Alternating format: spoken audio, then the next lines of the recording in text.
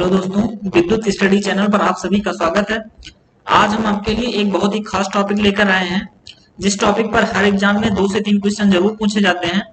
पर जनरली वो हम क्वेश्चन क्या करते हैं, छोड़कर चले जाते हैं या फिर गलत कर देते हैं। क्यों? क्योंकि हम ये टॉपिक पढ़ते नहीं है। तो टॉपिक बहुत ही इंपॉर्टेंट है, वीडियो अंत तक देखें। और इस वीडियो को देखने के बाद आज इस टॉपिक पर क्वेश्चन छोड़कर नहीं आएंगे। तो चलिए देखते हैं हमारा आज का टॉपिक क्या है। तो आज का जो टॉपिक है हमारा वो क्या है, वो है टॉपिक फायर। फायर यानी कि आग।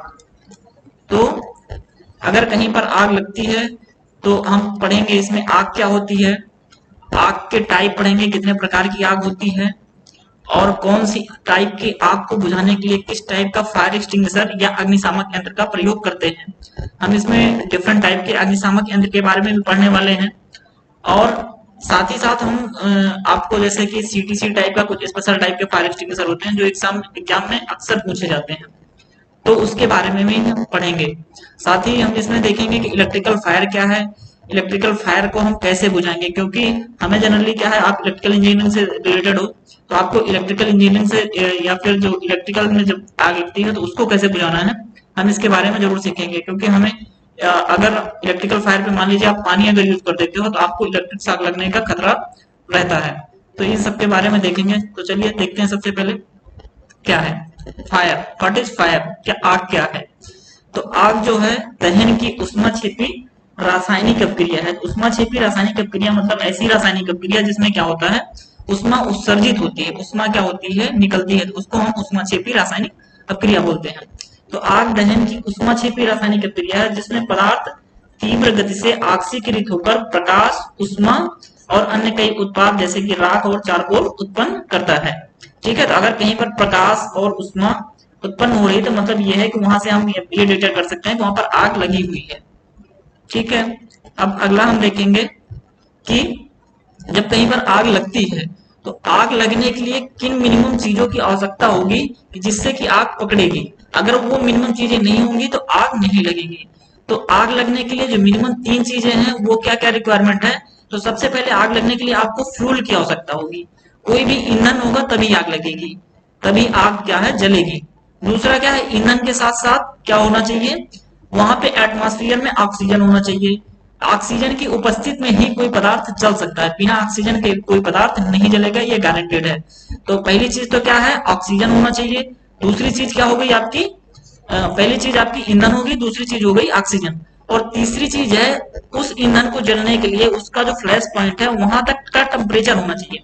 ठीक है, अगर उतना टेम्परेचर नहीं है तो कोई चीज आग नहीं पकड़ेगी। तो 3 बेसिक रिक्वायरमेंट आग पकड़ने के लिए क्या होंगे, ईंधन, ऑक्सीजन और टेम्परेचर या हीट या उष्मा। ठीक, तो इन जो 3 बेसिक रिक्वायरमेंट है इसको हम क्या बोलते हैं, फायर ट्रायंगल के नाम से जाने जाते हैं। ठीक है, तो अगर कहीं पर भी आग लगी हुई है तो आग बुझाने के लिए हम क्या करेंगे कि इन तीनों में से कोई भी एक चीज अगर हम वहां से हटा दें तो क्या होगा कि आग बुझ जाएगी। जनरली आप देखते हो कि आग बुझाने के लिए मान लीजिए कि हम पानी का यूज करते हैं, तो पानी से क्या होता है कि हीट वहां पर हम हीट की वैल्यू को कम कर देते हैं, उष्मा कम हो जाती है तो उसका फ्लैश पॉइंट से नीचे आ जाता है, तो फिर वो आग नहीं जलती है। या फिर हम क्या करते हैं, मान लीजिए CO2 टाइप का फायर एक्सटिंग्विशर का यूज करते हैं, तो वहां अगर CO2 जाते हैं तो वहां से O2 जो है, ऑक्सीजन जो है वो रिप्लेस हो जाती है कार्बन डाइऑक्साइड से। तो ऑक्सीजन चूंकि वहां पे नहीं रहती फिर आग बुझ जाती है। या फिर हम क्या करते हैं कि वहां से ईंधन ही हटा देते हैं। मान लीजिए कि अगर आपको, जैसे आपने देखा होगा कि किसी गेहूं के बहुत बड़े खेत में आग लगी हुई है, तो वहां पे आग कैसे बुझाओगे। वहां पे आग जनरली आप ऐसे नहीं बुझा पाओगे कि किसी फायर एक्सटिंग्विशर का यूज कर रहे हो। वहां पे अगर आप कर सकते हो तो वहां का गेहूं किसी बीच के खेत से आप हटा दें तो आगे जो है आग रुक जाएगी। तो वहां पर हमने क्या कर दिया कि ईंधन को हटा दिया। ठीक है, तो ये बेसिक बेसिक चीजें हैं फायर। तो फायर ट्रायंगल आप जान लिए। अब ये थोड़ा फायर ट्रायंगल जो है बहुत थोड़ा सा पहले का कॉन्सेप्ट है। आज का कॉन्सेप्ट जो है वो क्या है, फायर टेट्राहेड्रन, मतलब आग का चतुर्भुज इसको हम बोलते हैं। तो जैसे इसमें बताया गया कि आग चलने के लिए 3 चीजें की आवश्यकता होती है।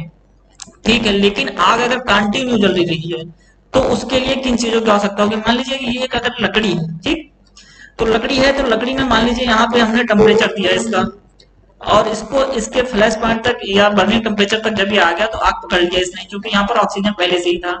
ऑक्सीजन, ईंधन और टेम्परेचर या तापमान हमने इसको दे दिया यहाँ पर, तो ये आग पकड़ लिया। लेकिन अब मान लीजिए हम इसको यहाँ से हटा देते हैं, ये टेम्परेचर जो जला रहते हैं इसको यहाँ से हमने हटा दिया, लेकिन तब भी ये लकड़ी क्या होगी, यहाँ से यहाँ तक की पूरी जल जाएगी।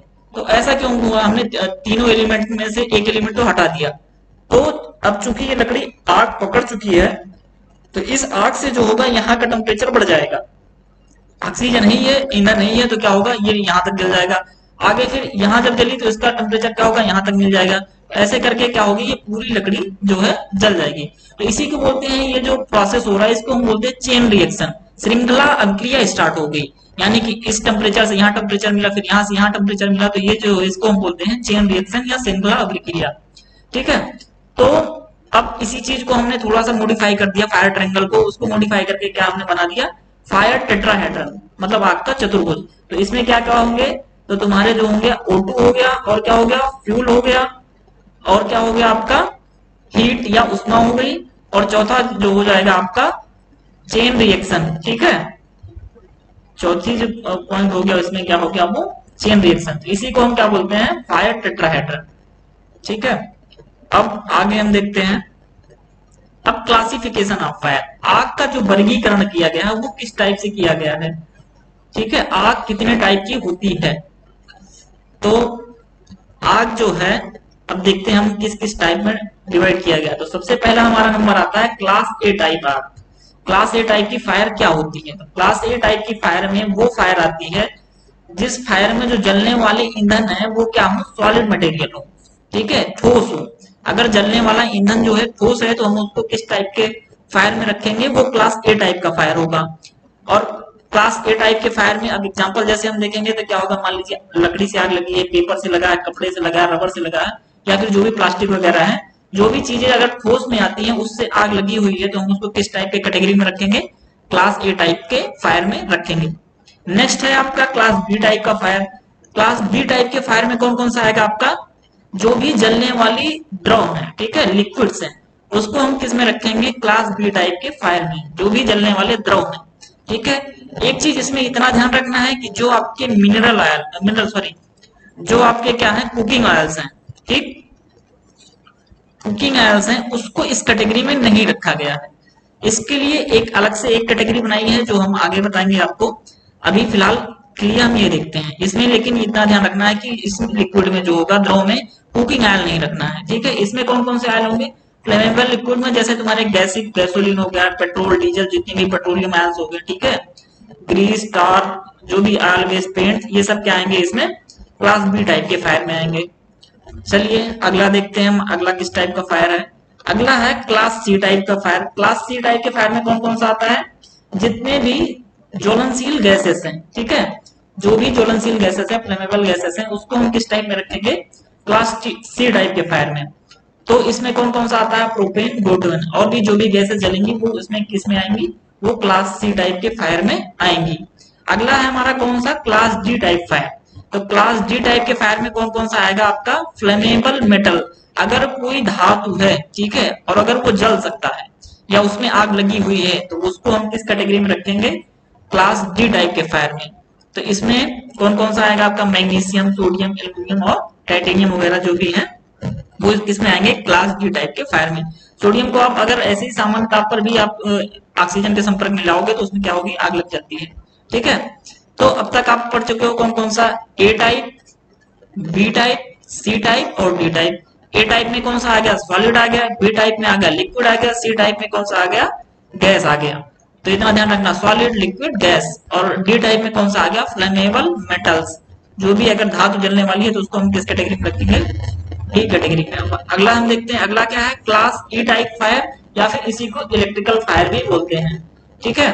तो इसमें कौन कौन सी चीजें आती हैं, इसमें वो चीज आएगी जो भी मान लीजिए आपका कोई भी इक्विपमेंट है, वो उसमें अगर लाइव इलेक्ट्रिकल पार्ट है, उस पे इलेक्ट्रिसिटी का या कहीं से पोटेंशियल या विभव जो है अप्लाइड है, तो वो क्या होगा, क्लास ई टाइप के फायर में आएगा। ठीक है। वहां पे अगर उस इक्विपमेंट में इलेक्ट्रिसिटी की सप्लाई हो रही है तो वो क्लास ई टाइप के फायर में आएगा।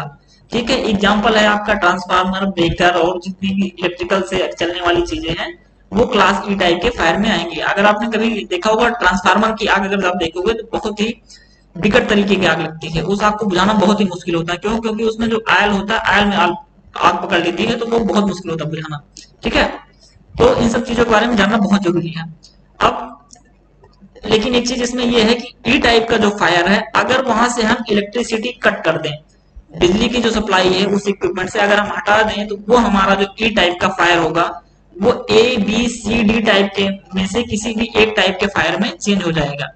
ठीक है, मान लीजिए अगर आपका इलेक्ट्रिकल का कोई इक्विपमेंट है, वो सॉलिड है या लिक्विड है या गैस है, जो भी है, अगर उसमें हम इलेक्ट्रिक सप्लाई हटा देंगे तो वो क्या हो जाएगा, या तो ए टाइप में हो जाएगा, सॉलिड है तो ए टाइप में, लिक्विड है तो बी टाइप में, और गैस है तो सी टाइप में, और इसके अलावा अगर फ्लेमेबल मेटल है तो डी टाइप में वो चेंज हो जाएगा। ठीक है, नेक्स्ट जो कैटेगरी है वो है क्लास एफ, या फिर ठीक है यूएसए में इसको किचन फायर या क्लास के भी बोलते हैं। ठीक है, तो क्लास एफ, क्लास के या फिर किचन फायर, तीनों चीज एक ही है, तो ध्यान रखना। तो क्लास एफ फायर में क्या क्या आएगा, किचन फायर मतलब किचन में जो भी आपके लिक्विड्स यूज होते हैं उसको हमने किस कैटेगरी में रखा है, क्लास एफ। जो हमें भी बता रहे थे कि लिक्विड में क्या है, कुकिंग ऑयल्स वगैरह नहीं रखना है, वो किस में रखेंगे हम, क्लास एफ टाइप के फायर में। तो इसमें कौन कौन सा आता है, कुकिंग फैट आ गया, ग्रीस आ गया और ऑयल वगैरह आ गया। ठीक है, ऑयल मतलब कुकिंग ऑयल्स। अब अगला हम देखेंगे, अब आग बुझाने के लिए हम क्या यूज करते हैं, तो अगर कहीं पर छोटी मात्रा में आग लगी हुई, बहुत छोटी सी जगह में आग लगी हुई है, तो हम क्या करते हैं, वहां पर फायर एक्सटिंग्विशर्स का यूज करते हैं। फायर एक्सटिंग्विशर मतलब अग्निशामक यंत्र भी बोलते हैं हिंदी में, तो उसका हम यूज करते हैं।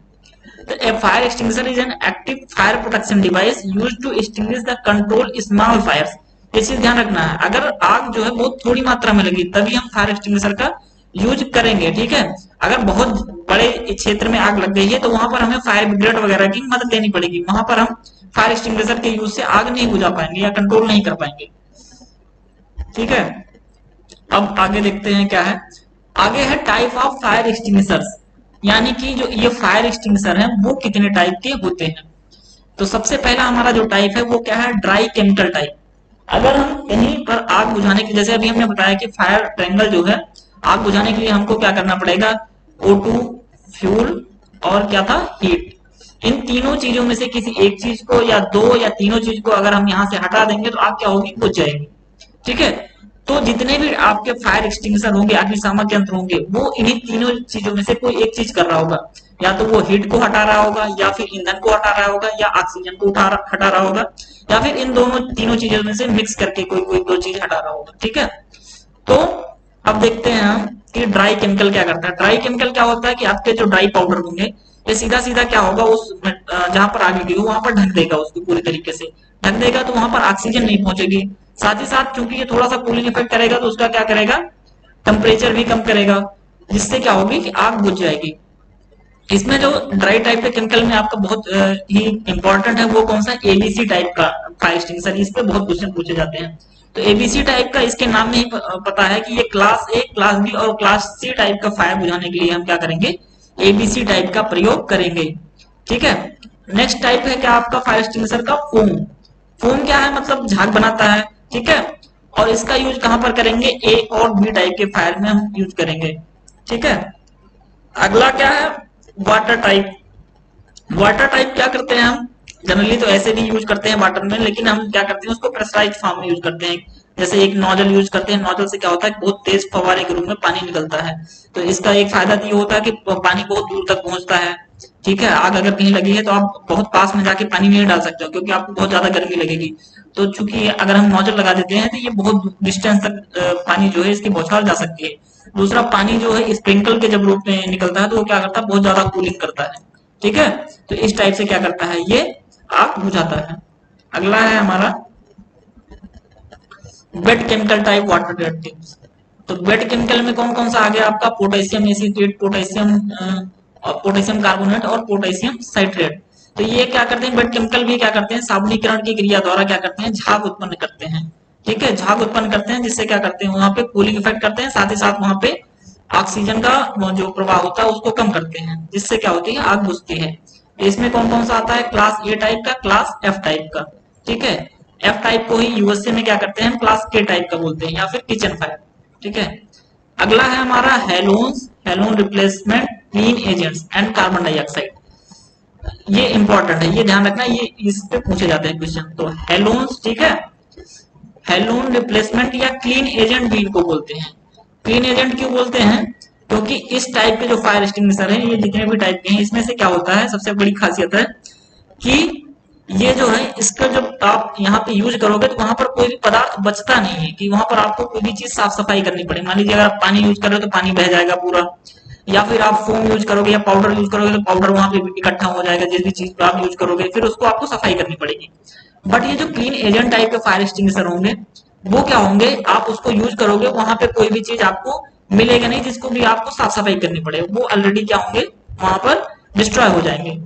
तो इसीलिए इसका यूज हम कहाँ करते हैं, एयरक्राफ्ट में, आर्म्ड व्हीकल में, आर्काइवल स्टोरेज में और म्यूजियम में, ऐसी जगह मतलब जहां पर कीमती चीजें रखी हों और वहां पर क्या है कि हमको साफ सफाई करने में बहुत दिक्कतें होंगी, जैसे एयरक्राफ्ट वगैरह में, इसलिए वहां पर हम इस टाइप के फायर एक्सटिंग्विशर का यूज करेंगे। लेकिन जो मेन इंपॉर्टेंट बात है क्या है कि हैलोन्स का यूज जो है आजकल कम हो गया है, बहुत से देशों में निगलेक्ट हो गया है। क्यों? क्योंकि ये जो करते हैं ओजोन परत का क्षय करते हैं, ठीक है, तो ओजोन परत का क्षय करते हैं, तो जिससे क्या होता है, हमारे पर्यावरण को बहुत ज्यादा नुकसान होता है। अगला है हमारा कार्बन टेट्राक्लोराइड, जो कि किस में आता है, हेलोन टाइप के ही फायर एक्सटिंग्विशर में आता है। इसको हम इसलिए कवर कर रहे हैं क्योंकि इस पे क्वेश्चन पूछे गए हैं और अक्सर पूछे जाते हैं। तो कार्बन टेट्राक्लोराइड को हम कैसे डिनोट करते हैं, CCl4 से, ठीक है। इसका और नाम है क्या, टेट्राक्लोरोमीथेन नाम से बोलते हैं। और इसमें क्या होता है, ये जो है केमिकल फार्मूला इसका CCl4 है और ये एक कलरलेस लिक्विड है, ठीक है, मतलब इसके कोई भी कलर नहीं होता है। लेकिन ये भी क्या होता है, टॉक्सिक होता है, यानी कि क्या है, विषाक्त है। अगर ये गैस कहीं भी यूज करते हैं तो उसका हमारे हेल्थ पर बैड इफेक्ट पड़ता है, ठीक है। सेंट्रल नर्वस भी हमारा इफेक्ट करता है अगर हम बहुत ज्यादा देर तक इस गैस के संपर्क में रहेंगे, ठीक है। लेकिन अब इसका यूज कहाँ कहाँ होता है, तो लिक्विड और इलेक्ट्रिकल फायर में हम क्या करते हैं, इस टाइप के एक्सटिंग्विशर का यूज करते हैं। अब आगे हम देखेंगे। अब ये जो है, ये चार्ट आप बहुत अच्छी तरीके से देख लो और इसको चार्ट को पूरी तरीके से रट जाओ। ये चार्ट आपको याद रहेगा तो मैक्सिमम चीजें आप क्वेश्चन मतलब बहुत आसानी के साथ कर सकते हो, क्योंकि क्वेश्चन इसी चार्ट से ही मैक्सिमम बनते हैं, ठीक है। तो अब हम देखते हैं कि वाटर टाइप का जो फायर एक्सटिंग्विशर है हमारा, वो कहाँ कहाँ यूज करेंगे। अगर हमारा वाटर टाइप फायर एक्सटिंग्विशर है, अग्निशामक यंत्र है, तो उसका हम यूज सिर्फ क्लास ए टाइप के फायर में ही करेंगे। Class B, C, D, electrical और क्लास एफ टाइप के फायर में हम यूज नहीं करेंगे। अगला है हमारा फोम टाइप का फायर एक्सटिंग्विशर। तो फोम टाइप का फायर एक्सटिंग्विशर हम कहाँ कहाँ यूज कर सकते हैं, सिर्फ क्लास ए और क्लास बी टाइप के फायर में नहीं यूज कर सकते हैं, बाकी और किसी भी टाइप के फायर में हम class B type foam type का फायर एक्सटिंग्विशर यूज नहीं करेंगे। अगला है हमारा कौन सा, ड्राई पाउडर। ड्राई पाउडर हम कहाँ कहाँ यूज करते हैं, ए, बी, सी, डी और इलेक्ट्रिकल फायर में भी हम ड्राई पाउडर यूज करते हैं। नेक्स्ट है CO2, ये बहुत इंपॉर्टेंट है। CO2 में अक्सर गलतियां करते हैं। तो CO2 पहली बात ए टाइप में नहीं यूज करेंगे, हम सिर्फ कहाँ यूज करेंगे, बी टाइप में यूज करेंगे, सी और डी में यूज नहीं करेंगे। और कहाँ यूज करेंगे, इलेक्ट्रिकल फायर में। तो CO2 का हम दो जगह यूज कर रहे हैं, कहाँ पे, क्लास बी टाइप में और कहाँ पे, इलेक्ट्रिकल फायर में। तो हमें ज्यादा ध्यान रखना है कि इलेक्ट्रिकल फायर में हम CO2 टाइप का फायर एक्सटिंग्विशर यूज करते हैं। साथ ही साथ ड्राई पाउडर भी हम यूज करते हैं, किसमें, इलेक्ट्रिकल फायर पे। नेक्स्ट है हमारा बेड केमिकल। बेड केमिकल का यूज हम कहाँ करते हैं, क्लास ए टाइप के फायर में और कहाँ पे, क्लास एफ टाइप या किचन टाइप के फायर में। अगर किचन में आगे गई है तो वहां पर हम क्या करेंगे, बेड केमिकल फायर एक्सटिंग्विशर का यूज करेंगे। तो दोस्तों, ये वीडियो हमारा आपको आज का कैसा लगा, ये आप हमें कमेंट सेक्शन में जरूर बताएं। और इस तरह के और भी वीडियो देखने के लिए हमारा चैनल विद्युत स्टडी सब्सक्राइब करें और वीडियो शेयर करें ताकि ज्यादा से ज्यादा लोगों तक ये वीडियो पहुंचे। Thank you.